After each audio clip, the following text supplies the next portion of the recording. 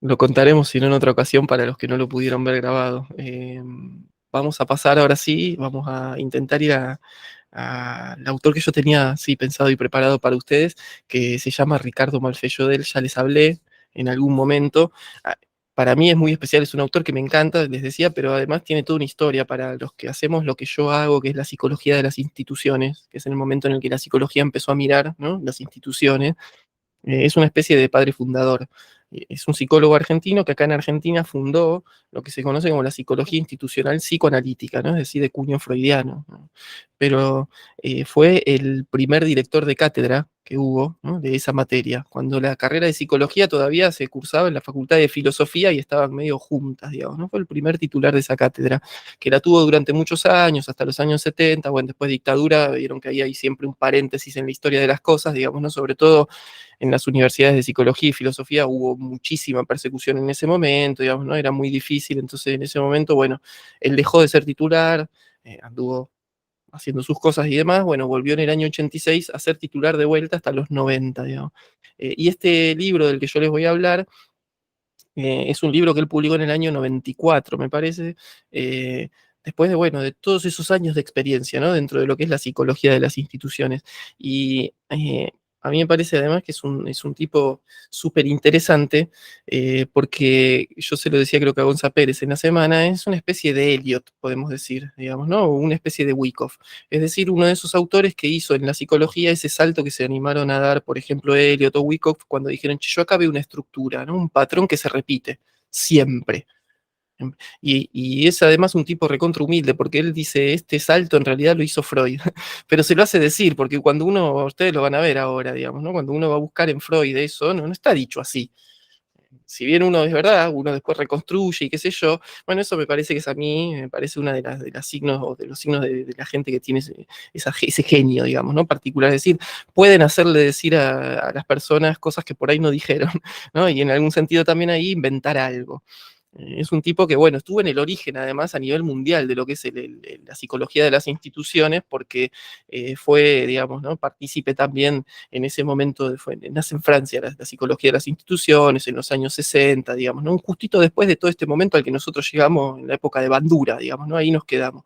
Entonces ves que es una especie de continuidad histórica. Yo insisto en eso para que ustedes también siempre lo tengan presente. Yo este recorrido no lo pensé porque me parece que sí o sí estos son los mejores conceptos para la psicología de las masas, para el trading. Es lo que se estudió sobre las masas. Es una especie de breve recorrido histórico, ¿no? Tomamos un periodo histórico cortito y decimos, bueno, ¿cuáles son los hitos, digamos, ¿no?, al menos para mí, en mi lectura, cuáles son los hitos respecto de ese pensamiento de las masas? Eh, bueno, una anécdota más al margen y ya nos metemos, porque esto también a mí me vuelve loco.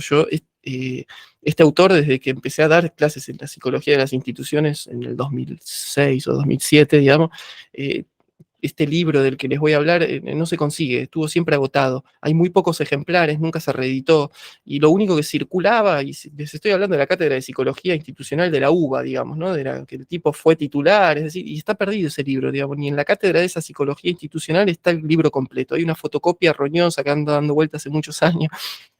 En diciembre, más o menos, en noviembre pasado, encontré en Mercado Libre una de las copias de su libro.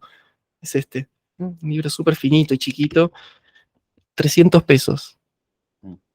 Más caro el envío.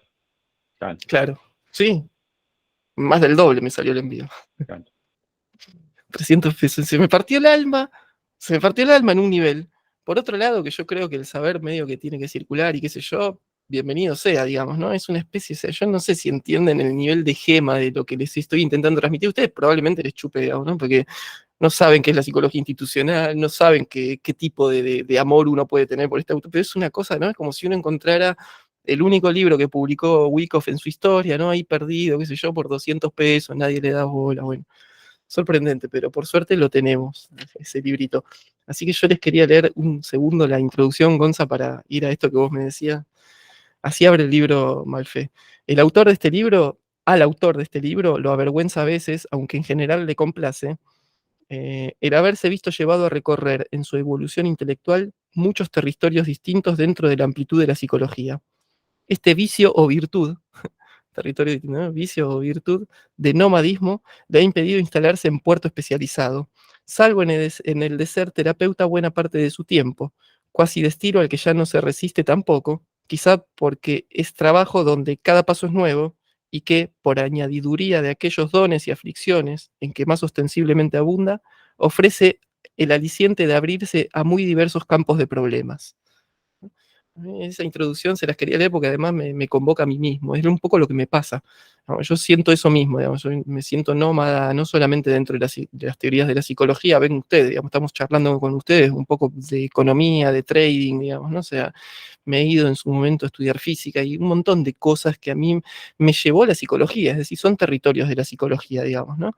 Pero asimismo, bueno, eso me hizo nunca llegar a un puerto tan especializado, pero al mismo tiempo, ¿no? Ese nomadismo me da esta aventura de encontrarme con gente como ustedes, como me encuentro después con gente que estudia relaciones públicas en la universidad o qué sé yo, y al mismo tiempo esto de la terapéutica, digamos, ¿no? O sea, me reconozco en ese medio cuasi destino al que ya no me resisto, que es ser terapeuta, ¿eh? Que me paso horas y horas por semana, ustedes lo saben, me encuentro con ustedes por ahí, qué sé yo, 40 minutos, una hora, pero saben que vengo de otras reuniones, digamos, ¿no? Bueno, ahí me encuentro.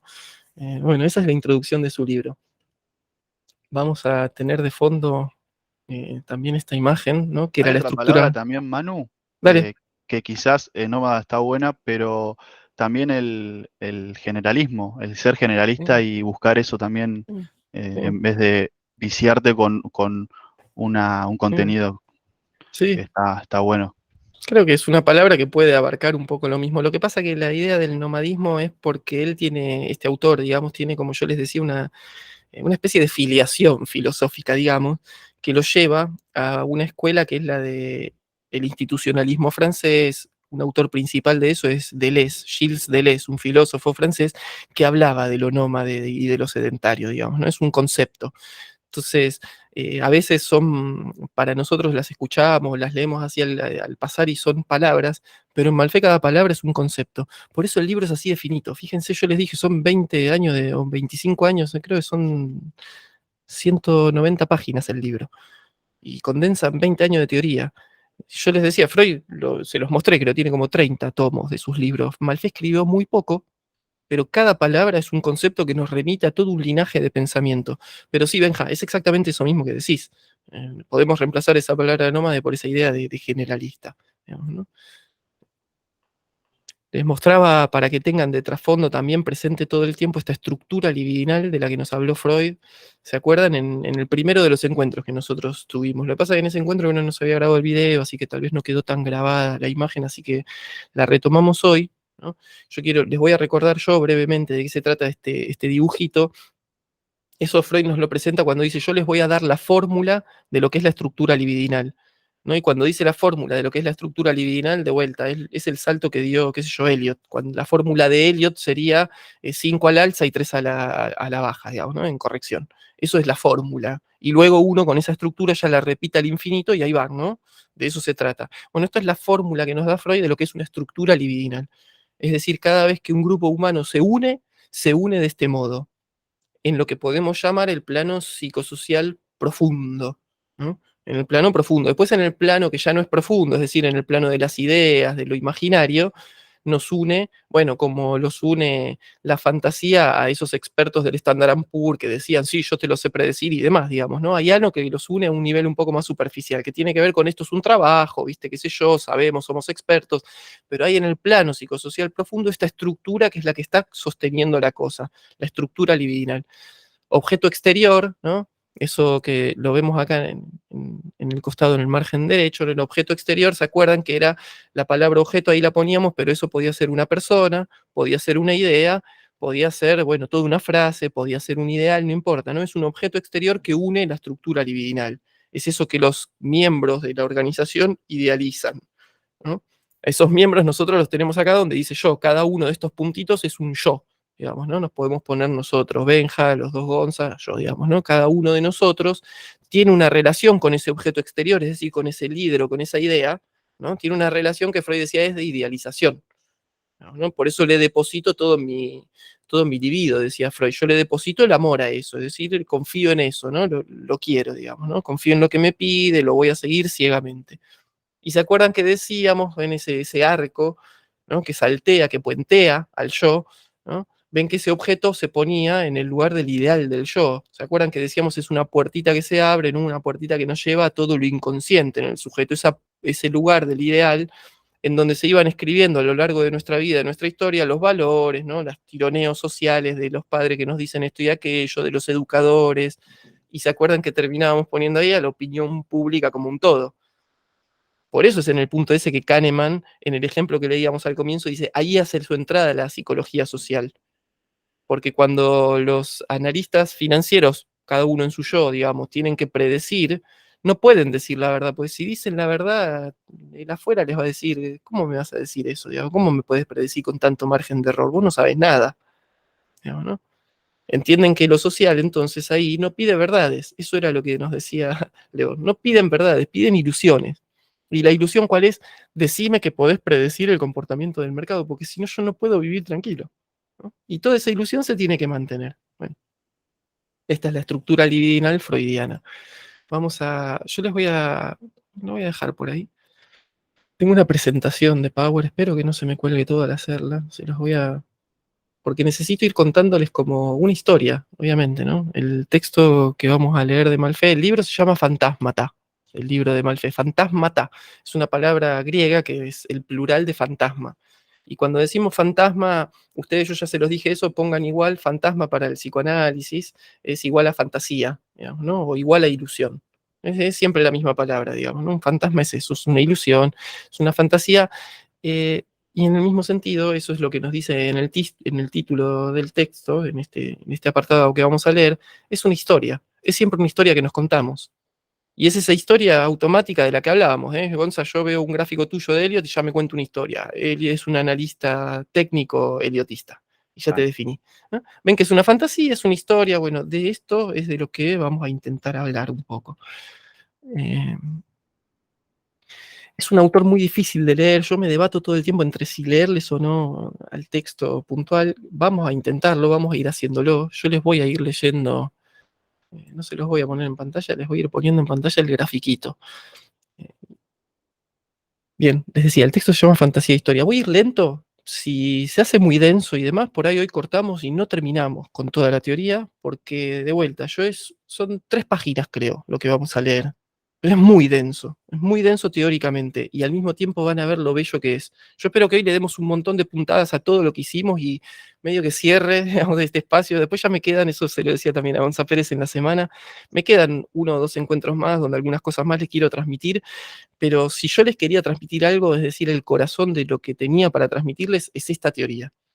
Es esta teoría porque esto es lo que nos va a permitir, yo quiero que podamos hacer este paralelo, vamos a ir haciéndolo mientras lo construimos, al tiempo que quiero que ustedes entiendan que esto que vamos a hablar es la estructura que toda unión humana transita y sus recorridos, es una especie de diagrama de flujos, es lo mismo que nos sucede a nosotros cuando metemos un trade al mercado. Es exactamente el mismo recorrido emocional que nos sucede a nosotros cuando metemos un trade al mercado. Quiero que podamos hacer esa metáfora todo el tiempo. Es decir, lo que le pasa a un grupo humano cuando se une y decide relacionarse, ¿no? Y empezar a transitar una historia en conjunto, sea una masa, sea un grupo, y nosotros este es el salto que vamos a dar nosotros, sea un individuo haciendo su trading, ¿no? Van a ver que todo este proceso, este diagrama de flujo que nos explica Malfé, nos sirve para entender lo mismo. Entonces, ¿por qué digo que hoy vamos a dar un montón de puntadas? Porque me parece que si ustedes entienden que este es el diagrama emocional que les sucede, los caminos emocionales que ustedes pueden recorrer a la altura o en el momento de hacer un trade, les va a permitir también entender eso, ¿no? Los caminos por donde pueden caer y cómo intentar evitarlos, ¿no? Y van a ver que eso tiene mucho que ver con lo que hablábamos antes también. ¿A qué teorías se aferran ustedes para entender el mercado? No dejarle muchos puntos vacíos como para llenarlas sin sentido con cualquier información, ¿no? Y que eso no sea puesto en cuestión por teorías que le vienen a competir, ¿no? En tanto, no participan de mi sistema de trading. Pero se acuerdan que con Bandura decíamos, yo no puedo no aprender.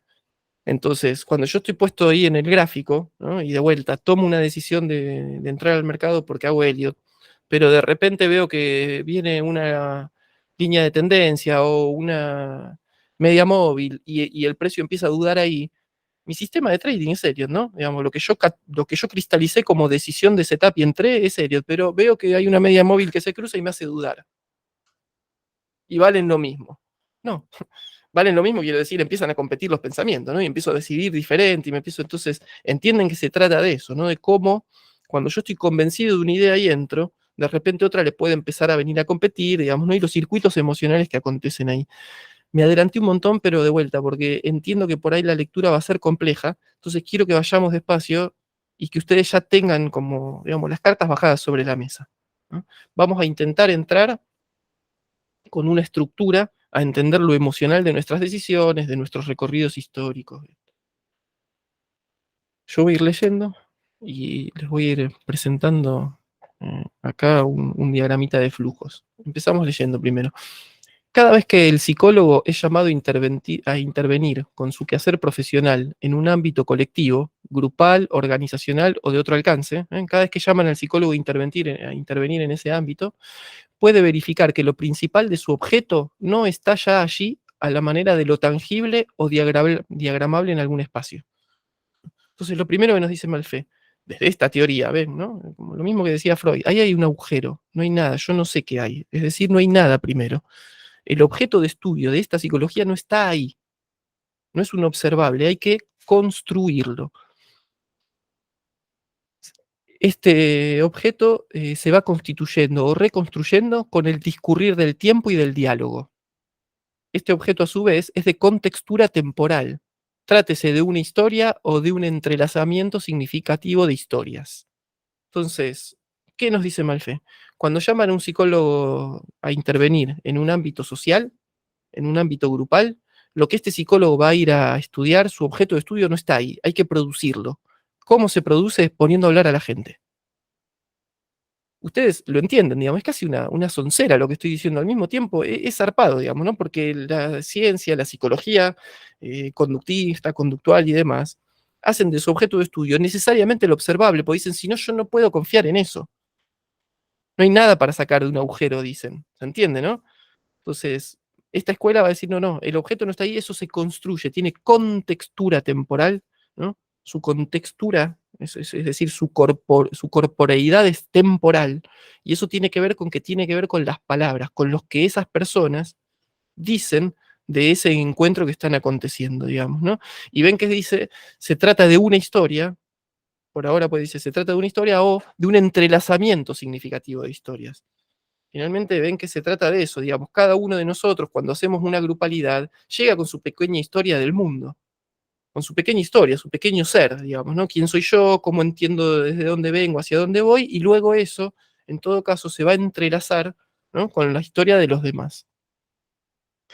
Freud expuso los fundamentos de una concepción psicoanalítica de la historia, y acá historia él lo escribe con mayúscula, porque ven que se trata de ese salto estructural del que yo les decía. Freud no es que contó una historia, la de Raúl. Freud contó una historia con mayúscula. La historia, ¿se entiende, no? Una estructura como hizo Wyckoff, una estructura como hizo Eliot. Entre los factores que determinan el curso de una historia, ubica una secuencia de transformaciones de la estructura constituida por los enlaces fantasmáticos recíprocos. Vuelvo a leerlo despacito, ¿no? Entonces Freud ubica una secuencia de transformaciones de la estructura. ¿De qué estructura? Es de esta de las que yo se los mostré. Esta estructura. Sobre esta estructura, dice Malfé que Freud ubica algunas transformaciones con el devenir del tiempo. La verdad yo se los decía, o sea, Freud no va para ese lado, no le mete mucho el tiempo a eso, pero es cierto que en algunos otros escritos, no tanto en Psicología de las Masas, yo algunos de esos otros escritos se los mencioné, como Tótem y Tabú, pero bueno, hay otros, digamos, ¿no? Freud hace un poco un recorrido histórico. Entonces, ubica una secuencia de transformaciones de la estructura constituida por los enlaces fantasmáticos. Estos son los enlaces fantasmáticos, esos enlaces de los que estuvimos hablando. El eje vertical que me une con el líder y el eje horizontal que me une con los otros miembros. Dicha secuencia obedece a rigurosa lógica interna. Acá tienen el salto. Esa estructura no es que hace cualquier cosa. La historia de un grupo humano no va a cualquier lugar, no se va a cualquier lugar. Tiene una secuencia de pasos lógicos que son necesariamente siempre los mismos y eso responde a una rigurosa lógica interna. Y esa rigurosa lógica interna es la que vamos a intentar despejar, ¿no? en este texto de Malfé. Y esa rigurosa lógica interna, yo vuelvo todo el tiempo con esa metáfora, es la rigurosa lógica interna que tiene Eliot. ¿no? Con sus ondas. O Wyckoff con sus, ¿qué palabra le ponemos ahí? Momentos sería, ¿no? ¿No? Bien. Sí, estructuras, te diría yo. esquemas. Sí. Bueno, Sí. ¿no? Las fases también. Las Fases. fases. Sí, Esa sí. sería una buena, ¿no? Esas fases son su rigurosa lógica interna. Uno no puede estar en la fase 4 si no estuvo primero en esas otras 2 o 3 primeras. Tal ¿Se cual. entiende, no? Bien. Seguimos. Esta mirada, la de la rigurosa lógica interna de los procesos humanos históricos, tuvo su precursor en Giambattista Vico. Giambattista Vico es un pensador, un filósofo italiano. No es muy conocido, Malfè lo conocía y es un tipo interesante. Qué sé yo, se los recomiendo si en algún momento quieren ir a leer algo de él.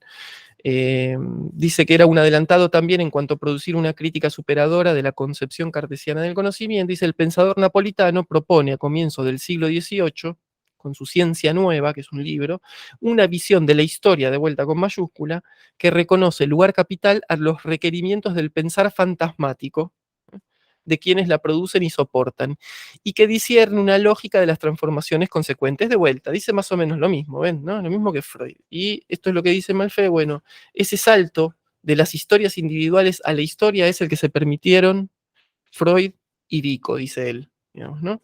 Bueno, Malfè sí no conocía a Eliot, eso doy fe, no conocía a Eliot, no conocía a Wyckoff, es decir, hay un montón de pensadores más que dieron el salto de las historias, es decir, de la historia de un papel, la historia de otro papel, la historia de otro papel, a decir, che, pará, esto es la historia, digamos, no es que Coca-Cola se mueve de una manera y Ford se mueve de otra.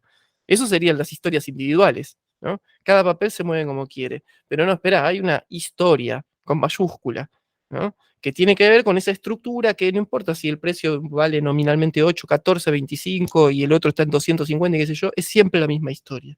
Bueno, avanzamos y nos vamos ahora sí al punto clave en ese texto. Ustedes esto que yo voy a leer lo encuentran en la página 137, 138 y 139. Son 3 páginas. Vamos a ir muy lentos. Empieza ese recorrido de las transformaciones de la estructura. La secuencia esperable. La secuencia esperable. Hay una secuencia que tenemos que esperar, ¿no? La secuencia esperable que psicólogos o psicoanalistas empezamos a discernir así en procesos históricos colectivos tiene como eje, ya ha quedado sugerido, la serie de transformaciones de la fantasía que Freud denominó estructura libidinosa, ficción o ilusión, ¿no? Entonces nos manda rápidamente a Psicología de las Masas y nos dice la secuencia de transformaciones, digamos, ¿no? Va a ser sobre, denme un segundo, bueno, se los vuelvo a poner, sobre esa estructura que Freud denominó estructura libidinal, fantasía o ilusión. Ven que las pone las 3 en la misma línea, ¿no? De la que depende la existencia misma de la colectividad en el plano psicosocial profundo. Entonces ven que esa estructura es la que sostiene la existencia misma de esa estructura libidinal, digamos, ¿no? De ese grupo humano. Sin esa cohesión de esa estructura libidinal, sin que ese esquema esté armado, no hay conjunto ahí humano, no hay grupo humano. Puede haber meramente observable gente junta. Uno mira una playa y ahí hay un montón de gente junta, es evidente eso, no son una masa. Claro. ¿Se entiende? Eso en todo caso tiene otros nombres. Por ejemplo, McDougall le llamaba muchedumbre. Las teorías de grupos le llaman muchedumbre a eso, digamos, ¿no? Pero entienden, no hay una estructura libidinal, en tanto todas esas gentes no comparten nada, ¿no? Ahora, vamos a un momento de la playa. ¿Cómo hago para que esa gente comparta algo? No sé, algunos de ustedes son medio chicos, Benja, no sé si vos lo viviste Sí, eso, si pero se pierde un Gonza, nene. Si ahí se va. pierde un nene. Claro. ¿Qué pasa? O te iba a decir, en la parada del colectivo, no hay nada que me una, salvo un paro de colectivo y que queremos quemar todo, no sé. Claro, Por ejemplo, ¿no? ahí nos unimos. Exactamente. Bueno, El disfrutar del agua. bueno, pero eso es cada uno individual por su lado, Gonza. Claro. Ah, claro, claro. Vos podés ir a disfrutar del agua y a mí nada, yo nada, no, emocionalmente no conecto con eso, digamos. Eso cada uno lo hace por su lado. Pero entiendan que Claro. si se pierde un nene, todos empezamos a aplaudir al mismo Aplaudir. tiempo. Total. Sí, eso es verdad. El disfrutar del agua yo te lo convertiría así, se viene una tormenta, salen todos corriendo. Ahí Claro. somos masa. ¿Se entiende? Claro, es verdad, sí. ¿Eh? Bueno, Entonces, necesito que entiendan eso para que vean, bueno, por qué están unidos en el plano psicosocial profundo. Es decir, no es que se ponen de acuerdo para unirse. No es que cuando se pierde un nene, la familia González, la familia Pérez, la familia Rosato, la familia Bouza se ponen de acuerdo, che, ¿cuál es el mejor método? Y empiezan a aplaudir. No, uno se lo sube a los hombros, todos aplauden. Eso automáticamente sucede. Podemos decir es inconsciente. Es un acuerdo inconsciente, ¿no? Que sí o sí tiene que tener y responder, debe responder, si esta es nuestra teoría y se sostiene, a la estructura libidinal de la que nos habla Freud. Entonces nosotros debiéramos poder ubicar ahí un ideal, digamos, ¿no? Y no es muy difícil ubicar un ideal. Se perdió un nene, lo ponen arriba de los hombros, todos empiezan a aplaudir para que encuentre la familia, es claramente, digamos, ¿no? Uno encuentra un ideal, digamos, ¿no? De, qué sé yo, un ideal moral, de que somos buenos, lo que quieran, pongan ahí, pero al mismo tiempo ven que ese ideal es una historia. No tengo modo de contarlo más que con una historia. A veces, aunque sea una sola palabra, la libertad. Eso cuenta una historia ya de por sí, ¿se entiende, no? Pero bueno, bien. Seguimos despacito con todo esto.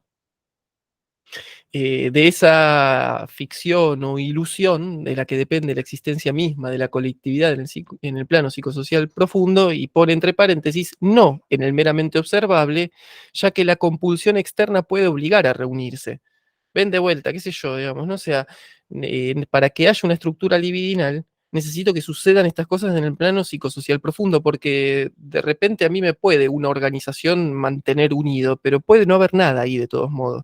Muchas veces eso pasa en los trabajos repetitivos al tipo telemarketer, digamos, ¿no? Que esa gente no lo une nada, no lo une nada con los colegas, con los que laburan como él, decís, viste, te meten en un box, vos vas, entrás, fichás, te metes en un box, hablas 40 minutos perdón, 40 minutos, 8 horas con las personas y te vas a tu casa. Ahí hay un montón de gente. Eso es una organización, digamos, ¿no? Hay un montón con cohesión externa, es decir, la organización como lugar de trabajo los une, pero no hay nada. No hay estructura libidinal entre ellos. ¿Se entiende esa diferencia? O sea, puede estar unido en lo observable, pero que en lo psicosocial profundo no esté la estructura libidinal. Esas personas no comparten nada, cada una va, hace su trabajo y se vuelve a su casa. Salvo que de repente un día digan todos juntos, che, nos están cagando, nos sindicalizamos, por ejemplo, ¿no? Y empezamos a compartir. ¿No? Bien. La convergencia libidinosa en una persona caracteriza a dicha estructura. Cuando decimos convergencia libidinosa, estamos diciendo, se los voy a volver a abrir, convergencia libidinosa en el objeto exterior, ¿no? Convergen las libidos de las personas. Libido es la energía que cada uno de nosotros tiene, digamos, ¿no? Cada uno de los yo tiene su energía, ¿no? Su amor, y decide dónde depositarlo, ¿no? Si yo lo deposito en un líder, si todos ustedes los depositan en el mismo, esa persona, ¿no? Será aquel que detente el monopolio de la libido. Es en quien converge la libido, todos la depositamos en él, digamos, ¿no? Esa es un poco la idea de esta frase. ¿Eh? La convergencia libidinosa en una persona caracteriza dicha estructura. Sí o sí en una persona podemos poner idea o ideal, de vuelta, ¿no? Es ese objeto exterior. Podemos concebirla ya instaurada como el primer momento de una serie de transformaciones, que es lo mismo que decir serie histórica. Y acá tenemos que meter este grafiquito freudiano, ¿ven? Podemos concebirla ya instaurada a la estructura libidinal, ¿eh? Como el primer momento de una serie de transformaciones, que es lo mismo que decir serie histórica. Entonces ahí va a empezar la serie histórica, es decir, la serie de sus transformaciones. Sin embargo, antes de ir a esa serie histórica y su comienzo, sin embargo, fíjense que esto es un ejercicio teórico. Es un ejercicio teórico. Sin embargo, debe considerarse, idealmente al menos, un momento anterior equiparable al cero en la serie de los números. Antes de que estemos unidos, antes de que esas personas estén unidas en una estructura libidinal, yo debiera, ¿no?, por un mero ejercicio teórico, poder suponer que antes de eso estuvieron desunidos. ¿Se entiende? Que cada uno andaba por su lado. Es decir, lo que nos está diciendo es que las estructuras libidinales nacen en algún momento, pero vienen de algún lugar. ¿Eh? Vienen de algún lugar quiere decir que en lo anterior, si bien no estaba la historia de esa estructura libidinal, estaban las historias individuales de esas personas, que no vienen de cero, no vienen vacías. No es un ente abstracto, digamos, ¿no?, vacío de contenidos. Antes de producirse la conversión a la unidad colectiva, ¿no? Antes de que se produzca esa conversión a la unidad colectiva, prevalece un estado al que le cuadra el nombre de aversión. Por eso es la palabrita que ustedes tienen ahí. Aversión. Esa palabra aversión, Malfé, como buen psicoanalista, juega mucho con las palabras. Entonces, primer sentido de la palabra aversión. Ustedes lo saben. ¿Qué es tenerle aversión a algo? El rechazo. ¿No? Rechazo. Entonces, ¿entienden de qué se trata? Si en la estructura libidinal estamos unidos, en el momento previo lo que va a haber es rechazo, pero no rechazo de me peleo con vos, rechazo de yo soy mi propia individualidad y vos estás por ahí con la tuya. ¿Se entiende? No hacemos ligazón, no estoy unido con vos emocionalmente. La parada del colectivo, como decía vos, Gonza, o la gente en la playa, cada uno gozando, disfrutando de meterse al mar o no, los churros, lo que sea. ¿Sí? Primer momento, entonces, anterior a que se forme la estructura libidinal, Malfé dice, tenemos que suponerlo, es un momento, ¿no?, que vamos a llamar de aversión. Fíjense esto, porque Malfé en el texto en algún momento lo escribe con un pequeño guión, a-versión. Y ahí se transforma la palabra. ¿Qué quiere decir eso? ¿Qué es ponerle la A delante de una palabra? ¿Qué es anormal? Fico, ¿cómo se llama esto? Que no está. La Sí, negación que- sería. negación. negación, exacto. Ujú. Exacto. Si tengo normal, después está lo anormal, que sería lo que no es normal. ¿Se entiende, no? Entonces, aversión. ¿Qué quiere decir eso? Que no hay una versión, que no hay una versión colectiva de la historia. Cada uno, podemos decir, anda por ahí con sus pequeñas versioncitas de la historia. ¿Eh? Todo el tiempo Se, estamos diciendo un poco lo se mismo. podría hacer una analogía con un momento pre-constitución a una constitución, donde todos están con Obvio, una idea, pero no hay un conjunto. exactamente. Exactamente es eso. ¿Eh? Podemos tomar esa misma estructura. ¿Ves que es el salto a la historia? Da lo mismo. Podemos poner, en vez de poner un objeto exterior que sea una persona, podemos poner la Constitución Nacional. Es el gran ejemplo. A mí ese ejemplo me sirve un montón y cuando lleguemos al final, que no creo que sea hoy, pero veremos, vas a ver que volvemos a ese ejemplo porque es genial. Es decir, nos permite entender mucho. Pero bueno, estamos en el momento de la aversión entonces, ¿no? Antes de producirse eso que Freud, porque ven que Freud eso no lo dice, se lo hace decir Malfé, ¿entienden, no? O sea, dice Freud lo dijo, no lo dijo, pero se lo hace decir Malfé, es un ejercicio teórico, antes de que exista la estructura libidinal, yo tengo que suponer que esas personas andaban cada una por su lado. A ese le cuadra el nombre de la aversión, y fíjense esto, lo vamos a entender, yo estas palabras ya se las dije. Los efectos de lo que Freud denomina narcisismo de las pequeñas diferencias no están contrarrestados todavía. El narcisismo de las pequeñas diferencias es lo que impide que nosotros hagamos estructura libidinal con las otras personas, es decir, que hagamos masa. El narcisismo de las pequeñas diferencias es el amor por uno mismo y sus pequeñas diferencias, lo que me diferencia de los demás. ¿Se entiende eso? Entonces, eso que es un efecto que es universal, el narcisismo, digamos, ¿no? El narcisismo es un efecto universal, quiere decir, siempre que yo supongo, o sea, que siempre que hay un sujeto, está él ahí con su narcisismo, es decir, con un yo propio, su imagen de su yo y algo de amor a sí mismo, pues si no, ya sabes lo que sucede, digamos, ¿no? O sea, si no me amo, me mato, qué sé yo. Bien, narcisismo de las pequeñas diferencias, a eso hay que contrarrestarlo para poder hacer masa. ¿Eh?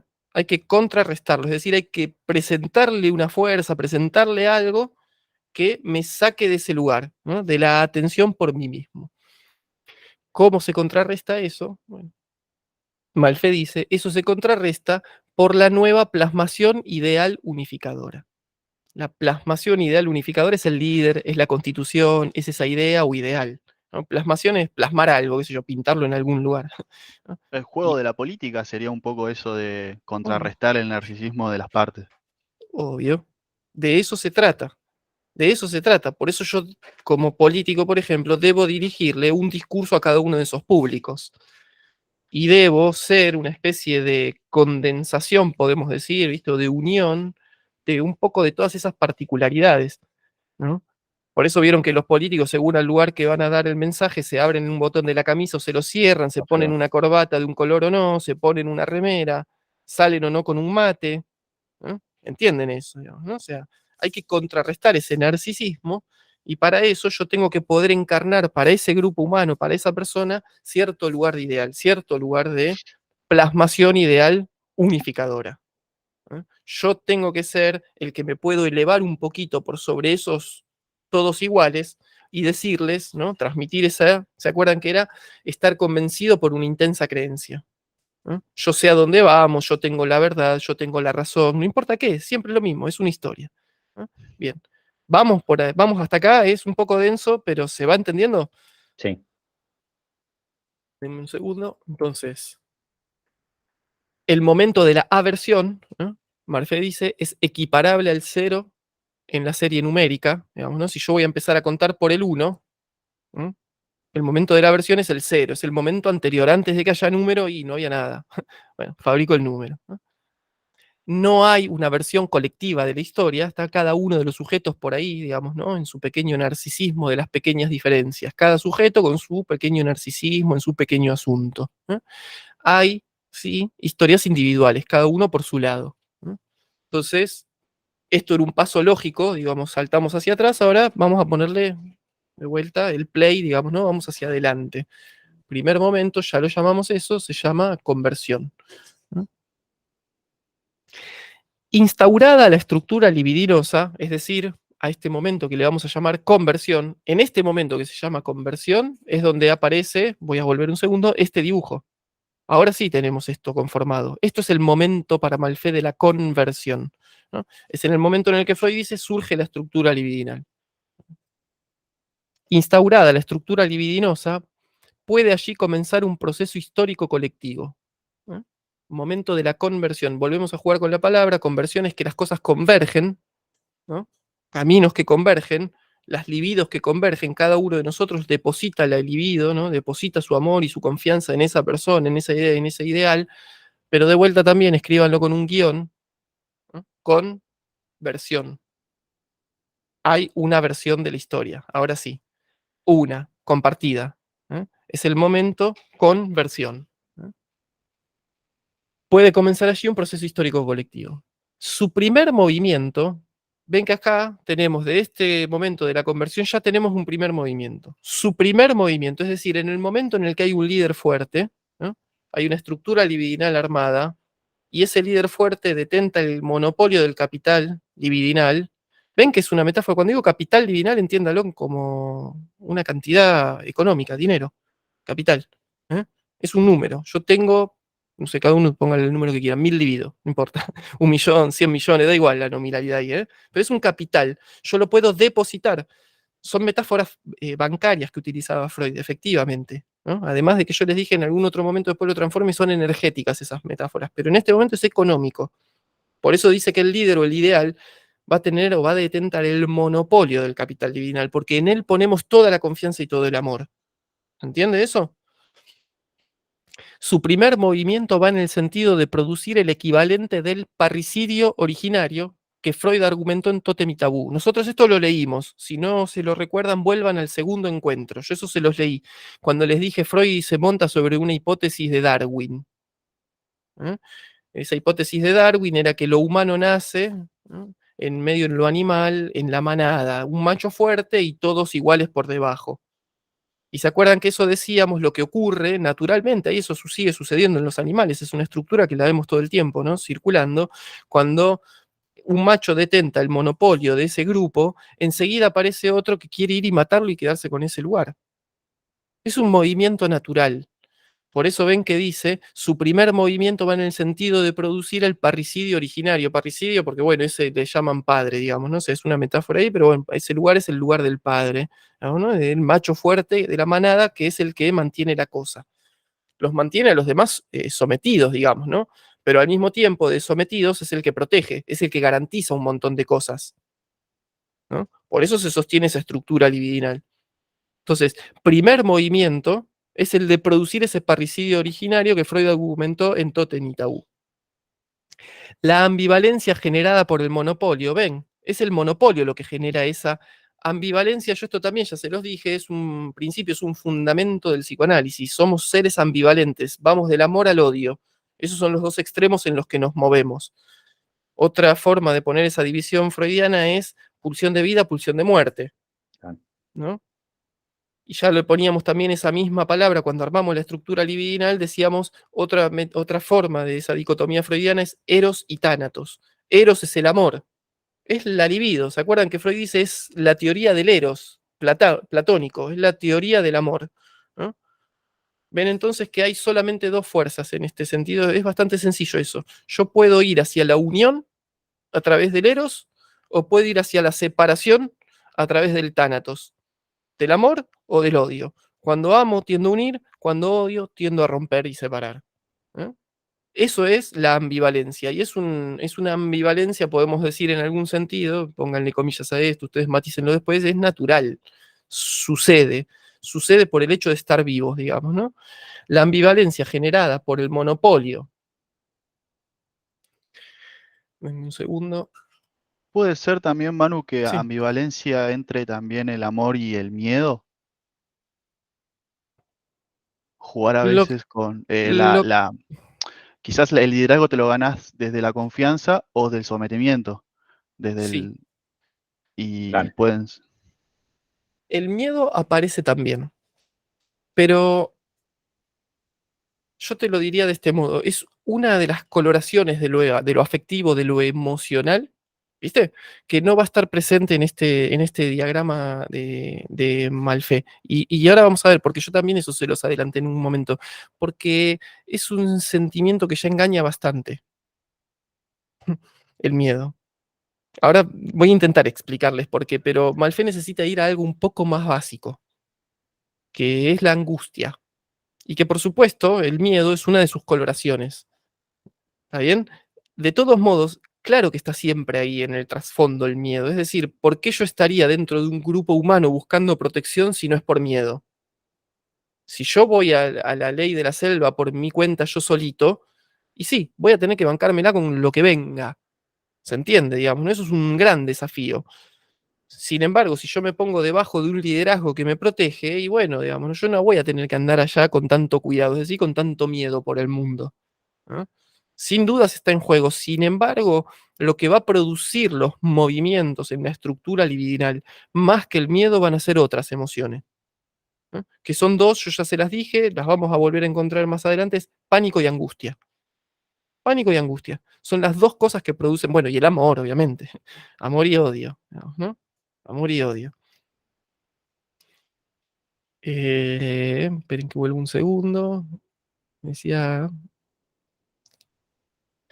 la ambivalencia generada por el monopolio de la capacidad de representar valor libidinal determina el empuje de la historia grupal o colectiva hacia ese primer desenlace que debe ser llamado trágico. Primer desenlace que debe ser llamado trágico. Entonces, ¿cuál es el primer movimiento que se da en este momento de la conversión instaurada ya la estructura libidinal? Un líder fuerte que tiene el monopolio, ¿no? La conversión instaura la estructura libidinal, aparece la plasmación ideal unificadora, es decir, el líder, la idea o ideal, detenta el monopolio del capital libidinal, hay una versión colectiva de la historia, y de ahí salimos hacia ese primer movimiento que se da por ambivalencia. Malfé nos dice que ese movimiento va en busca de producir eso que Freud decía, el parricidio originario, es decir, matarlo y quedarme con su lugar, y eso por la vía del pánico me lleva, ven, ¿no? Tiene un desenlace trágico, nos lleva de vuelta a la aversión. Si eso sucede, ¿no? Si el movimiento de eliminar al líder ocurre y efectivamente ese líder es eliminado, la estructura libidinal desaparece.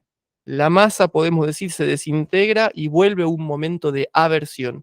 Claro. Ven que ahí ya se cierra un primer circuito, y esto lo que quiere decir es que rápidamente, por supuesto, porque eso también lo decía Le Bon, ni bien están juntos unos cuerpos, se ponen rápidamente, instintivamente bajo la dirección de un líder, ¿no? Cualquiera que se denomine su señor. Y ahí decía, no importa si son animales, si son humanos, sucede automáticamente. Entonces, del momento de aversión, seguramente y rápidamente se vuelva a un momento nuevo de conversión. Ahí ya tienen, ven, ¿no? Un primer diagrama de flujo, un primer circuito cerrado, que se puede dar, un primer mecanismo. Yo les decía esto, lo dice Freud, el parricidio originario, totem y tabú, pensemos en un trade. les pido por favor, viste, que metaforicemos, porque este es nuestro salto. Freud, Vico se atrevieron al salto a la historia, como Eliot, como Wyckoff, nosotros vamos a dar los nuestros, tomar nuestros riesgos, digamos, ¿no? Y pensemos este mismo circuito con un trade. ¿Entienden? ¿No? Yo estoy ahí, frente a la pantalla, con mis teorías, compitiendo entre ellas, momento de aversión, ¿no? Las pequeñas teorías que me cuentan una historia al oído. Esto es un Eliot, o esto es un Wyckoff, ¿no? Y a veces empiezan a competir y me hacen barullo, me hacen ruido esas teorías. Se sienten un toque identificados con eso, es decir, se entiende, digamos, ¿no? Un momento de aversión. Ven que tengo Completamente. un solo sujeto, pero somos masa igual. Fractal Sí. mediante, no necesitamos que esté Eliot, que esté Wyckoff para que hagan una más estructura libidinal. Yo los puedo encarnar a cada uno de ellos, tantas teorías como tengan, momento de aversión, cada teoría compitiendo por su lado. ¿Está bien? Me siento más cómodo con una, me siento más cómodo con otra. Puedo estar delirando, entienden que de eso se trata, digamos. No puedo estar delirando cualquier cosa. No importa si estoy acertado o no con Wyckoff. Puedo estar delirando o no. Y eso Una es lo vez que lo, le... pla- una vez lo planteé eso mismo, que me decía, no, porque Eliot es así a rajatabla. Y le digo, si no es así, le digo, porque además, le digo, escritos directos de Eliot no tenemos, lo que tenemos es una interpretación de Precher por unas cartas que le mandaba Collins. Y si Precher interpretó algo que Eliot no dijo, y en verdad no es así la teoría, puede ser. Digo, uno no puede absolutamente dar por hecho que la realidad es así y no hay otro tipo de visión o de segundo plano. Le explotó una bomba atómica en el cerebro cuando le dijiste eso. Pero es verdad, tal vez no era así. Sí, bueno, pero hay que tener un sentido del, ¿cómo te puedo decir? Ya lo sé. Y además el patrón lo vemos y digo, se da en un gráfico, no digo que no. Y ahí está el punto. De la única manera que podemos decir esto es verdad, en un sentido esto es verdad verdadera, es si sacamos la cuenta y efectivamente eso estadísticamente se cumple. Es decir, hay esperanza Claro. matemática. Y ahí eso es medio indiscutible.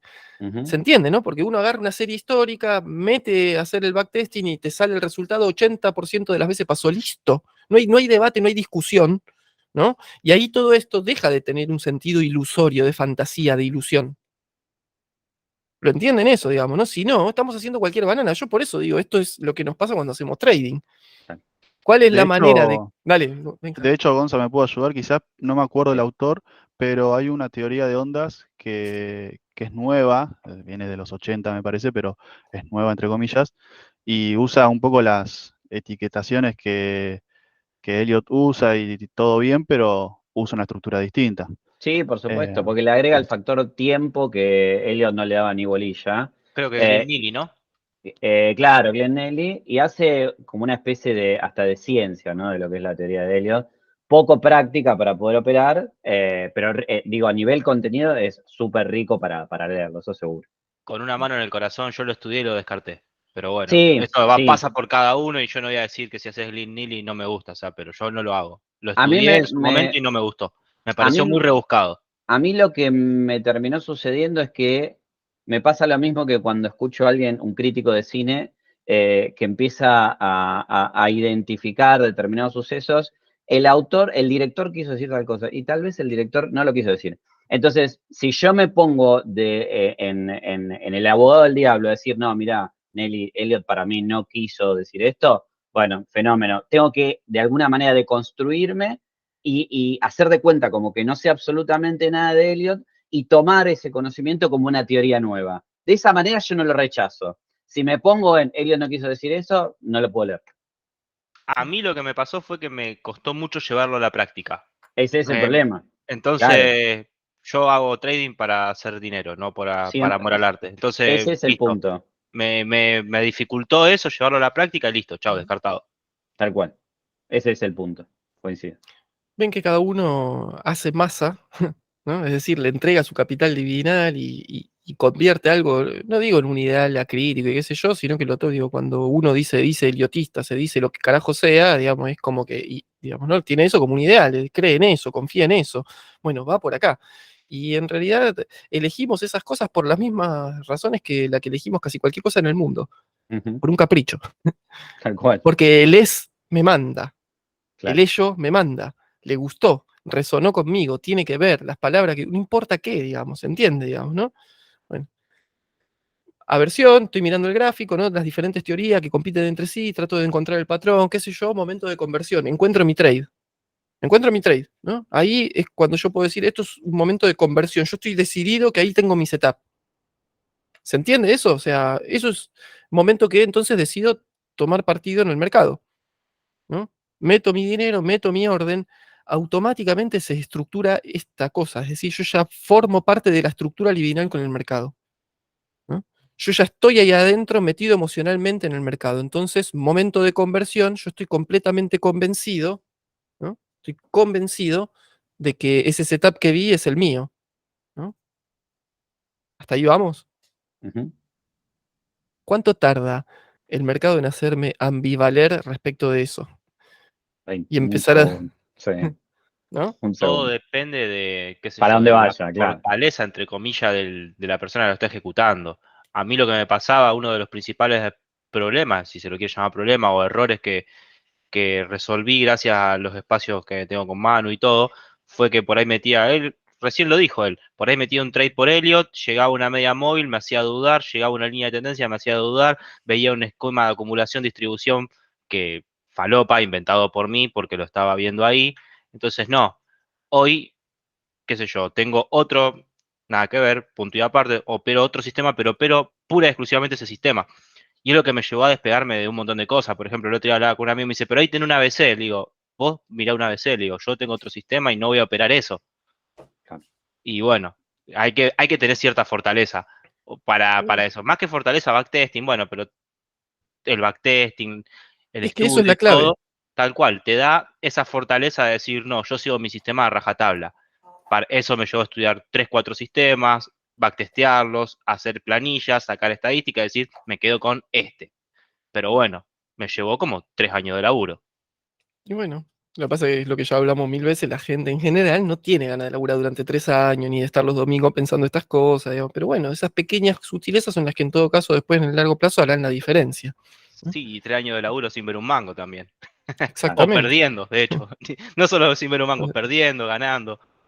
Si cuando ustedes toman un trade, es decir, ven su setup y entran, ese setup está hecho en base a un sistema verdaderamente con sus pasos y condiciones estipulados, que tiene esperanza matemática positiva, entran y esa conversión entonces nada debiera hacerla dudar y ahí debieran quedarse abrazados y dejar que la cosa fluya hacia su stop, hacia su target. El gran problema de la gran mayoría de las personas es que entran con un setup, con una conversión, que es una ilusión. Es una ilusión. Claro. Y esa distancia es la única que ustedes, solo ustedes y cada uno de nosotros en su intimidad es la que tiene que aprender a pulir. Si yo lo que estoy disparando cuando disparo un setup es una conversión en torno a ilusión, fantasía, cualquier dato, cualquier banana y qué sé yo, o verdaderamente es una conversión en torno a un sistema de pasos que está específico y que responde a una rigurosa lógica interna, ¿no? La de mi sistema de trading. Y ahí siempre volvemos también un toque a este punto, creo, Benja, lo hablamos en una de las últimas veces con vos, que una cosa es tener una teoría, Elliot, y poder verlo y decir, che, el mercado efectivamente se mueve en 5 para arriba y 3 para abajo, y otra cosa es poder operar eso. Otra cosa muy distinta es tener un sistema de trading que me permita operar eso que yo estoy viendo. Y eso que llamamos sistema de trading es esto, una serie de pasos de condiciones que deben poder ser todas explicitables, ¿no? A más mejor, y tener el mínimo de subjetividad, es decir, el mínimo de ilusión. Porque una vez que yo me metía dentro del mercado, si esa ilusión no tiene esperanza matemática positiva, lo que puede suceder es cualquier cosa. Yo voy a entrar convencido. ¿Entienden el juego de palabras ahí? ¿No? Voy a entrar convencido de eso, ¿no? Con una versión de eso y convencido de que eso. Pero es una ilusión. Tiene que ver Al también, mercado en su matemática le chupa un huevo. Dale, Benja. por ahí tiene que ver con qué hace el operador con ese análisis. Eh, Porque quizás como Elliot vos podés tener un análisis, pero vos sabés que tenés 3 alternativas, quizás con la misma probabilidad o vos le das menos probabilidades, pero están ahí. Entonces el operador al tomar la decisión tiene que tener una serie de decisión previa sobre qué hace con el sistema de Elliot. Porque si no entras en... A mí me pasa mucho, porque soy también, todavía soy un novato, aprendí Elliot, pero tengo que aprender a ver qué opero de la estructura de Elliot, que es lo que hablábamos Eso, con vos la vez anterior. claro. Entonces ahí hay una cuestión nada, de lo que hablamos, ¿no? De Sí, hay convertir. que seguir refinando eso. Exactamente. Convertir eso en la serie de pasos, digamos, que cumplen una rigurosa lógica interna y que es siempre la misma. Y yo tengo que entrar convencido de eso, con esa versión de la historia de mercado, y abrazarme a eso y quedarme abrazado a eso.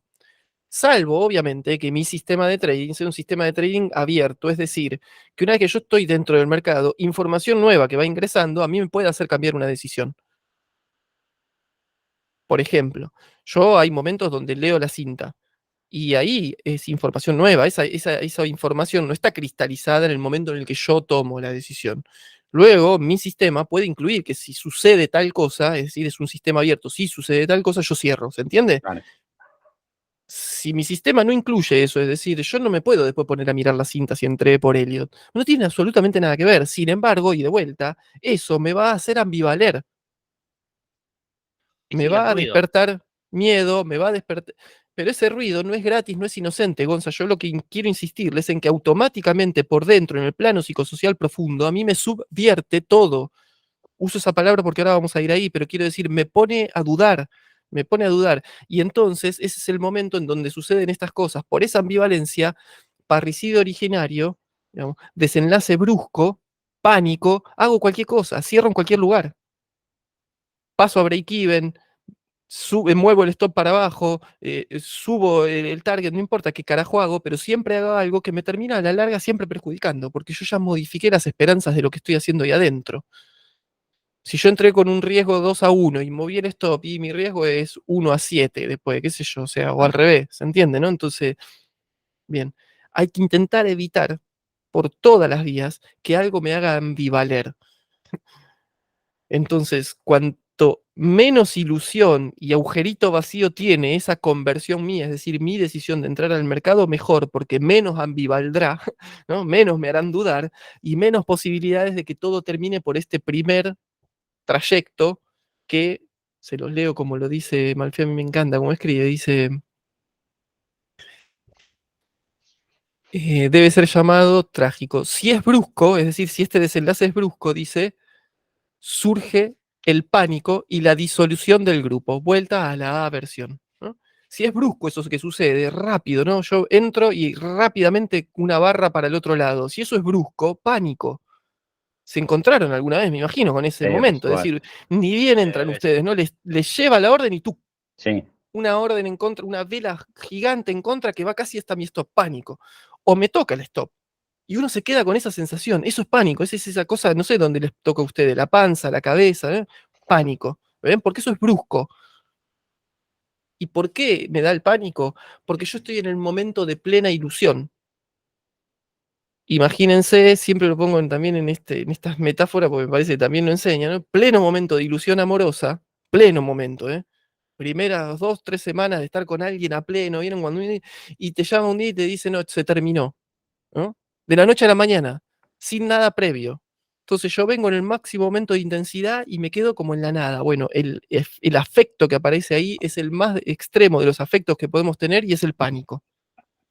Que Freud dice rompe el aparato psíquico, el pánico. Por eso muchas veces el pánico impide que nos podamos mover, o sea, detiene el cuerpo. Digo, imagínense, vieron que hay gente que uno se dice esto es inexplicable, no está, qué sé yo, de repente baja a la calle, es distraído y ve que viene un auto muy rápido, muy encima y se queda quieto. Nos quedamos quietos, el pánico bloquea. O la liebre cuando es iluminada, se queda quieta. En vez de correr por su vida como debiera ser, bueno, porque es demasiada afectividad, tan demasiada afectividad, no solo que no puedo pensar, sino que no puedo ni mover el cuerpo. ¿Mm? Es como que Desborde por todos lados. es como que en algún punto también, al menos hablo de lo que me pasa a mí, Sí. o lo que me pasaba, ahora por ahí no tanto, pero en un principio me pasaba que lo que lo definía era el tiempo. En el ejemplo que diste está buenísimo. Brusco. Si yo entraba y el cierre era brusco, me daba la sensación que estaba haciendo las cosas peor que si yo entraba y después de un par de velas me saltaba el stop. Es lo mismo, el resultado fue el mismo, me saltó el stop. Solo que en uno me da la sensación que hice las cosas peor. Y Sí. no. Tiene que ver, Freud eso lo dice, porque la pulsión, ustedes lo van entendiendo, es la pulsión, la libido, es una cantidad. Entonces eso tiene que ver con su intensidad. Puede ser mucha, puede ser poca. Pero al mismo ritmo, al mismo tiempo, quiero decir, Freud dice eso también tiene que ver con el ritmo. Algunas cosas que se sienten mucho, depende con el ritmo que yo las vaya haciendo, dan placer o no. ¿Mm? Entonces, no tiene nada, o sea, cómo uno siente las emociones en su cuerpo no solamente tiene que ver con la emoción en sí, sino con el ritmo. Sí. Eso es lo que no saben controlar, por supuesto, los niños. Quieren todo el tiempo estar al palo y divertirse todo el tiempo, y uno le hace un chiste y de vuelta, y de vuelta, y de vuelta, y de vuelta, y de vuelta. Y eso en general termina al adulto que ya pasó por eso, te termina agotando, te termina haciendo sufrir el chiste, ¿no? De vuelta, bu, de vuelta, bu, bu. Bueno, ya a la quinta, a la octava, ya estás hinchado la bola, duele. No se disfruta más. Ritmo, ¿no? ¿Ven que tiene que ver con eso? Entonces, esto que vos decís, Gonza, y me encanta lo que decís, porque van a ver que es exactamente esto mismo que vos dijiste lo que nos dice Malfé. Y entonces, como vos me lo anticipaste de tu propia experiencia, a mí me confirma que Malfé decía algo que va en la vía cierta. ¿Se entiende? Claro. Me lo confirmaste antes de que yo lo pueda decir. Primer movimiento. Díganme cómo están, porque llevamos ya casi 1 hora y media. ¿Están bien? ¿Todavía siguen un rato más? Sí, sí, todo bien. Excelente. Bueno, seguimos un ratito más. No sé si terminamos, pero avanzamos un pasito más. Bien, entonces, si el desenlace es brusco, ven que tienen que ver con la velocidad, lo brusco es algo veloz, ¿no? Si el desenlace es brusco, surge el pánico y la disolución del grupo, es decir, la vuelta a la aversión, este caminito que tenemos por acá, ¿no? Primer caminito cerrado. Seguimos. Si en cambio, durante un periodo más o menos largo de subversión, y ahí aparece otra palabra, subversión, un segundo. Subversión. Ven que ahí ya nos vamos a otro lugar, porque dice sin embargo, ¿no? Sin embargo, perdón, si en cambio, es decir, es otro camino, si en cambio, durante un periodo más o menos largo de subversión, se fueron abonando sentimientos de solidaridad entre los subyugados, es decir, los sometidos, ¿no? Ven que de la ambivalencia la cosa puede ser matamos bruscamente, ¿no? Matamos bruscamente, como decía Gonza, rápidamente, o tenemos otro camino que es después de un periodo más o menos largo de subversión, ¿no? Se abonan sentimientos de solidaridad, ¿pondrá a instituirse acaso la alianza fraterna? Entonces, el momento de subversión hay ambivalencias al líder, ¿no? Es el movimiento de ambivalencia. Ahí fíjense que lo que Malfé dice es el momento prevalece el estado de angustia, ya no es el pánico, Gonza, por eso es distinto y se siente distinto, es la angustia, ven que empieza a aparecer esto. ¿No? Se cuestiona la estructura libidinal, porque la subversión, vamos a jugar de vuelta con el guión, ¿o no? Digamos, la subversión, ustedes saben, ¿no? Es lo guerchero, digamos, es el intentar subvertir el orden establecido, es la fuerza instituyente, si ustedes quieren, es una fuerza de cambio, ¿no? La subversión, es una persona subversiva, es alguien que todo el tiempo quiere romper lo instituido y demás. Pero al mismo tiempo, si le ponemos un guión, subversión, es una versión que aparece por debajo. Una versión que aparece por debajo ¿de qué? De la conversión. Es una versión que aparece por debajo y la empieza a cuestionar. Entonces, vamos a un ejemplo para poder entenderlo. En las situaciones de trabajo, por ejemplo, está la estructura libidinal de, bueno, somos un grupo que trabaja y qué sé yo, pero al mismo tiempo están esos entendidos que yo tengo con algunos o 2 o 3 compañeros respecto de ese líder que no lo respetamos tanto, ¿no? Y entonces cuando entra y dice su boludez, nos miramos, nos hacemos un guiño y ya por debajo estamos tejiendo nuestra propia historia de este es un boludo, por ejemplo, ¿no? ¿Entienden eso? Digo, en todos los grupos sucede en las familias cuando viene el tío Disco, lo digamos, y hace su comentario de mierda, ¿no? Entonces me miro con la nuera y le guiño un ojo y digo, déjala pasar. Ven que hay algo ahí de una regla de pasaje a otro nivel de esa ilusión que estamos compartiendo. Nos juntamos a la cena de la Navidad con la familia, digamos, ¿no? Y ahí está la ilusión, la Navidad, pongan ahí, se entiende esa estructura libidinal. Pero enseguida aparece ese, el disco, el que dice una boludez o el que se va de tema, ¿no? Y ahí aparece por debajo otra versión, ya no es esa oficial en la que estamos todos, ¿no? ¿Se entiende eso? Momento de subversión. Yo ya no estoy tan fuerte en el momento de la conversión, yo ya no estoy tan enamorado de esa idea. Hay otra que le está compitiendo, ¿no? Hay otra que está por debajo socavando esa autoridad. Ese periodo de subversión es un periodo que Malfé nos dice se vive con angustia. Y ahí entre paréntesis yo les puse la idea de señal, porque por eso no es que me agarra desprevenido. Porque la angustia, decía Freud, es siempre una señal de que la cosa no está andando. Entonces, en algún sentido, la angustia ya me prepara para que algo malo pueda pasar. Por lo tanto, el pánico no va a llegar. Voy a estar angustiado, voy a estar triste. Si se termina la relación, estaré como el orto, pero no es pánico. Yo ya veía que veníamos mal. ¿Se entiende eso? Claro. Pongan lo mismo con un trade. Podemos seguir jugando al ejemplo, digamos, ¿no? Entré con el trade, qué sé yo, y de repente, bueno, no porque viene otra teoría a decirme, sino porque la misma estructura de Elliot, ya qué sé yo, ¿no? Se solapan la 1 y la 4, creo que es eso que no puede suceder. De repente sucede y esto ya me está compitiendo. No puede suceder y sin embargo algunos autores dicen, mira, yo en futuros lo encontré que puede suceder. Entonces es un, ¿no? Mismo de la teoría, ahí estamos siendo rigurosos, estamos siendo técnicos con eso, pero bueno, hay algo que me está subvirtiendo las razones, ¿no? Es que, bueno, Entonces, discúlpame, hago dale, un Gonza. paréntesis ahí. Sí, El trabajo de Elliot era analizar, no operar. Es por eso que buscan darle una explicación a cada movimiento. Vos cuando Claro. estás operando no necesitas darle una explicación al movimiento, simplemente necesitas gatillar un sistema de probabilidades.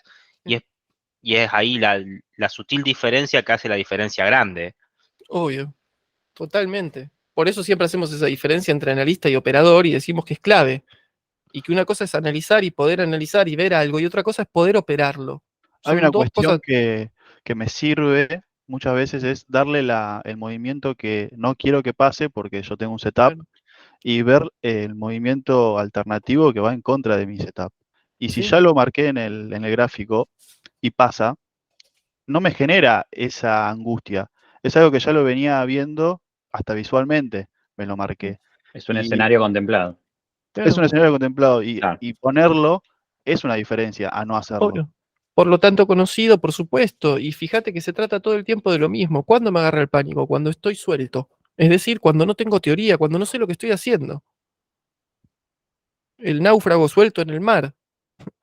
¿Se entiende? Ahora, cuando yo más o menos tengo idea de lo que estoy haciendo, tengo una tabla a la que me agarro, sé para dónde va el viento, lo que sea, es decir, en el trading lo mismo, es decir, cuando sé lo que estoy haciendo, cuando sé lo que está pasando, aunque vaya en mi contra, aunque salga mal, no importa, los afectos son otros, no son tan intensos. Ergo, voy a poder decidir mejor. Y eso que decís, Benja, para mí es una clave para la psicología del cuño de Kahneman, la cognitivo-comportamental. Hay un ejercicio muy interesante que se llama el análisis pre-mortem y que se hace efectivamente para justo esto que vos decís, Benja. Cuando yo estoy convencido de una idea, estoy convencido y creo que va a ser siempre buena y va a salir siempre bien. Entonces, ilusión de confianza, confío en eso y voy, y dale, y tiendo a minimizar los riesgos. Entonces, un ejercicio que se llama análisis pre-mortem, para cuando yo tengo que tomar decisiones de largo plazo, de gran alcance, es el ejercicio de ponerme a pensar en el escenario de salió todo mal, ¿qué falló? Y es un ejercicio que hay que obligarse a hacer porque en general no queremos pensar en lo malo. Nadie quiere pensar en que las cosas pueden salir mal. A nadie le gusta, ni en pedo. Y el que lo piensa es rápidamente silenciado. No podés ser así, sos pesimista. Pero bueno, Digan en un día que se van a juntar a comer un asado, che, me parece que el pronóstico anuncia lluvia. Sos un ortiga, no querés que pase, qué sé yo, ¿se entiende? hay un ámbito donde eso de alguna manera se trata de inculcar y se explota muchísimo, que es en el deporte. En el deporte, bueno, salvo aquellos deportes donde puedes empatar, ¿no? Pero después en la mayoría puedes ganar o puedes perder y cuando vos entras a competir, sabes que son esas dos posibilidades y no va a haber otra más. Obvio, totalmente. Bien, seguimos un cachitín más. Vuelvo a leer. Si en cambio, leímos un párrafo recién, si en cambio durante un periodo más o menos largo de subversión, ven que la subversión es un periodo, es un trayecto, eso se tiene que ir dando. Se fueron abonando sentimientos de solidaridad entre los subyugados, podrá instituirse acaso la alianza fraterna. ¿Eh? La alianza fraterna, ven entonces que la alianza fraterna es una salida de ese momento de la subversión, que implica que de esa subversión, es decir, de esa lucha, de esa pelea, de esa contraposición de historias, nos pusimos de acuerdo. Es decir, decidimos continuar juntos, ¿no? Eso sucede porque triunfa Eros, es decir, se abonan los lazos de amor. Alianza fraterna, ven que eso entonces lleva necesariamente un momento de conversión nuevamente. Porque la alianza fraterna, es decir, un acuerdo entre, alianza fraterna pues acuerdo entre hermanos. Los hermanos son los que cuestionan al padre, el líder. Es siempre con esas metáforas, digamos, como estamos en psicoanálisis, es mucho esto de padre, madre, digamos, ¿no? Hermanos, pero saben que es una estructura, digo, pongan ahí líder, da lo mismo, ¿no? Líder y subyugados. Si entre ellos abonan el amor, es decir, se ponen de acuerdo finalmente, vuelven a la conversión. Ven que ahí tenemos un segundo circuito ya armado en este diagrama de flujos. Y esto es consistente, digo, pueden seguir yendo, ven, indefinidamente, pasen por todo esto las veces que quieran, ¿no? Pueden darle 1000 vueltas. ¿No? Empiezan a competir las versiones alternativas de respecto del trade que yo tomé, momento de ambivalencia, de subversión, me hacen dudar, pero termina sucediendo, bueno, no, pará, los datos que yo tengo son tal y tal, digamos, ¿no? Alianza fraterna entre mis ideas, no, pará, mantenemos, ¿no? Seguimos con el trade. ¿No? Bien. Su alternativa o antagonismo implícito, y esto es un ABC, porque si decimos que la ambivalencia tiene dos valores, es decir, vale amor o vale odio, vale eros o vale tánatos, ¿no? Su alternativa o antagonismo implícito, ustedes saben rápidamente de qué se trata, ¿no? Es el otro camino. Es decir, que en vez de ponernos de acuerdo, ¿qué va a suceder? Nos vamos a pelear, digamos, ¿no? Va a aparecer la fuerza negativa, la fuerza, las impulsiones de muerte, tánatos, digamos. Su alternativa o antagonismo implícito, siempre presente como amenaza para la unidad colectiva, será la guerra fraterno-fratricida. ¿No? Es decir, ahí, en lugar de que lo que se abonen sean los lazos de solidaridad, de amor, de ponernos de acuerdo, bueno, puede aparecer el otro camino, ¿no? Que esas ideas no se puedan poner de acuerdo, que sean inconsistentes entre sí y entonces que todos se terminen matando, ¿no? Que termine todo en jibarizarse, digamos, ¿no? En pelearse. Ahí vamos a tener una nueva vuelta al momento de la aversión, pero ven que ya no vamos por la vía del pánico, del afecto extremo, sino por la angustia, porque nadie puede en un momento de subversión sorprenderse. No puede ser brusco. Si yo ya estoy en un momento de subversión, es decir, si yo ya estoy un poquito angustiado, si ya se viene cuestionando, si ya nos venimos peleando, si ya hace rato que la cosa no marcha, y termina decantando que nos matamos entre nosotros, eso no va a ser con pánico. No es que se va a terminar de manera brusca, se va a terminar también, no va a estar la estructura libidinal, voy a volver a la aversión, pero al mismo tiempo va a ser con angustia, con otro sentimiento. ¿No? Entonces ven que el miedo, si bien uno lo puede pensar que está en el trasfondo de todo esto, no parece ni me importa ni es necesario. Yo puedo suponer que tengo miedo, pero no importa. Es más básico y más fundamental la angustia como motor en todo esto. Y yo insisto en ese punto porque esto lo decía Lacan, la angustia es lo que no engaña. El resto de las emociones y de sentimientos siempre suelen venir mezclados. Cuando tengo miedo suelo tener además un poco de rabia por la impotencia, o puedo tener un poco de frustración y no sé muy bien si estoy un poco enojado, qué sé yo, se entiende, digamos, ¿no? Son un poco, siempre aparecen más como mezclados. Es raro que una emoción aparezca pura, sola.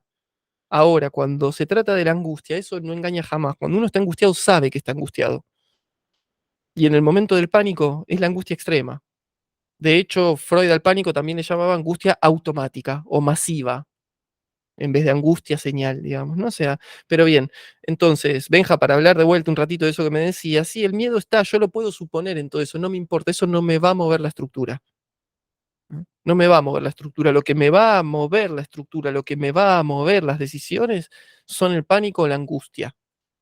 Por eso también todo el tiempo lo decimos, para hacer trading hay que estar un poquitito angustiado, ese es el mejor estado. La psicología eso le llama activación o arousal. ¿Eh? Es un estado en donde yo estoy un poquito angustiado, estoy un poquito estresado, entonces estoy preparado para la acción. Estoy atento a las cuestiones de mi entorno, digamos, ¿no? Pues si estoy neutro, medio que me chupa todo un huevo, puedo no prestarle atención a los estímulos también, puedo dejarlos pasar. ¿No? Te mantiene también, no sé si la palabra está bien, pero humilde ante el Bueno, resultado. No, o te prepara para una humildad por el hecho de nada, de estar uno atento. sabe que puede fallar, me estás diciendo, puede ser, digamos, la humildad tiene que ver con cualquier momento menos con el de conversión. Las masas no son humildes cuando están en el momento de conversión, se creen invencibles. Y el líder no puede ser humilde, porque si es humilde, la masa lo va a ver como un signo de debilidad. Y de vuelta, digamos, ¿no? Esos son frases todas casi textuales de la primera reunión, pero fíjense esto, si vos tuvieses un setup, es decir, un momento de conversión, que es humilde, es decir, te dice, y mira, yo fallo el 60% de las veces, 70% de las veces, 80% y vos empezás a creer cada vez menos en eso. A más humilde, más te cuesta creer. ¿Se entiende? El líder no puede ser demasiado humilde, porque si no, o sea, es como alguien que viene y dice, sí, miren, yo vengo a presentarme para presidente de la Argentina, pero la verdad que no tengo idea, no creo que los puede sacar de este quilombo. No sé qué voy a hacer con la deuda en pesos, ¿se entiende? Es muy, o Como sea, no se estamos, creo que puede. sería la mejor opción. Sí, la voto. Claro, bueno, pero O lo que hablabas al principio. Kahneman nos decía, no se puede ser humilde, pues si vos sos humilde, nadie te cree, se te cagan de risa y no quieren ir por ahí. La masa no necesita argumentos válidos y lógicos, matemáticos que me digan esto va para allá. Quiere que le digas que va a salir bien. Presión social, o sea, vos no podés venir al mundo del trading a ser humilde. ¿Por qué se creen que está lleno de bananas que dicen que venden la mejor señal, que todos tienen la posta, que tienen el 99% de efectividad? ¿Cuántos conocen que son humildes? ¿Y cuántas interacciones suelen tener? Claro. Siempre menos, siempre menos. A mayor humildad menos. ¿Se entiende, no? Porque además uno a mayor humildad menos anda predicando por ahí sus verdades. Porque no se anda queriendo convencer a los demás. Tal cual. ¿Eh? Pero bueno. Bien, ven que ahí ya tenemos un diagrama de flujo bastante más complejo, digamos, ¿no? Ya están ahí por lo menos 3 recorridos que uno puede recorrer. Si se animan, no sé, no, bueno, no lo voy a terminar hoy. Les voy a dejar el final para la reunión que viene. Me parece que sería lo mejor porque es hermoso el final. O sea, parece es una estocada, una puntadita que le damos que me parece que va a ser como un lindo cierre para esta reunión. Pero además para darnos un poquito más de tiempo a que todo esto decante y yo quiero volver la próxima vez, lo vamos a volver a repasar y a reconstruir todo este circuito para que verdaderamente se lo lleven impregnado. Pero, en definitiva, ven de lo que se trata el salto a la historia, digamos, ¿no? En vez de andar contando las historias, es intentar ubicar una estructura que es universal. Yo puedo meter ahí lo que le pasa a un grupo de trabajadores en una pyme, puedo meter ahí, porque Freud me lo equiparaba al amor, ¿no? Una masa, él decía, es la misma situación que el amor, es la misma situación que la hipnosis, ¿no? Puedo meter acá el amor, como lo metimos hoy, Benja nos contó su historia, su derrotero emocional, digamos, ¿no? Puedo meter una situación de trabajo, Gonza, bueno, cada uno con todo lo suyo, y ven que también podemos meter un trade más o menos cierra. Yo no digo, porque Malfe jamás en su vida, sin lugar a dudas, pensó esto para un trade.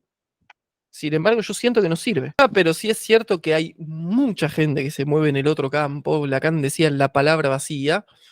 Y muy poca que se mueve dentro de eso que Lacan llamaba la palabra plena. Es decir, tratar de ser verdaderamente consistente y sincero con lo que acontece y lo que me sucede. Hasta donde sé. Hasta donde sé. Porque ¿cuántas veces les pasó a ustedes? Che, estoy enamorado y qué sé yo, no sé. ¿Se entiende, no? Y del otro lado hay alguien que me está pidiendo que se lo confirme, o desconfirme, o lo que sea. Hasta donde sé. La verdad, decía Lacan, siempre puede ser medio dicha. O mal decir. Se puede mal decir, la verdad. Decir más o menos. ¿Se entiende? Porque tiene que ver con todo esto. Con todo esto emocional. ¿No? Entonces, ustedes quieren ser sinceros sobre lo que les puede pasar en una historia de amor, vayan con este gráfico y le dicen, mira, yo creo que vamos a circular por algo de todo esto. Tantas veces como podamos. Se va corriendo. ¿Entienden? Se va a correr, claro. Bueno, por eso somos 3 o 4 hoy. Se va con el que le vende la ilusión. Obvio. Claro. ¿No? Pero bueno. Ven, yo ya está, digamos, voy a dejar acá porque tenemos un final, un cierre para darle a esto, pero me encantaría que sea la próxima vez. Vemos si hay algunos compañeros, compañeras más, no importa eso, pero quiero decir también para dejarlo abierto porque me interesa, yo se los decía, es un autor que a mí me encanta, que quiero un montón, pero que además me parece realmente lo más útil y operativo que les puedo transmitir. Entonces, me interesaría que lo retomemos y que le demos la puntada final para que podamos hacer una especie de repaso de vuelta sobre todas estas concepciones.